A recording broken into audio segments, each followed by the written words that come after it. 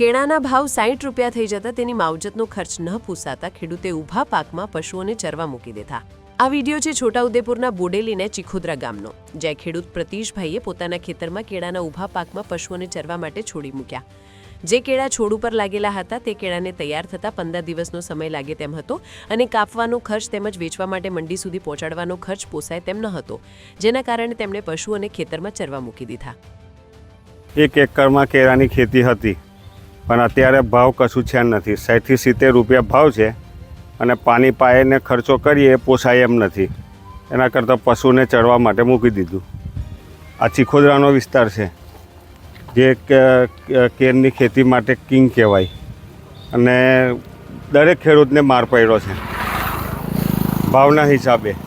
નુકસાન તો 50-60 હજાર રૂપિયાનું છે જ ભાવના હિસાબે। બીજા ખેડૂતોને પણ નુકસાન છે। ભાવ ના મળે તો ખેડૂત શું કરે?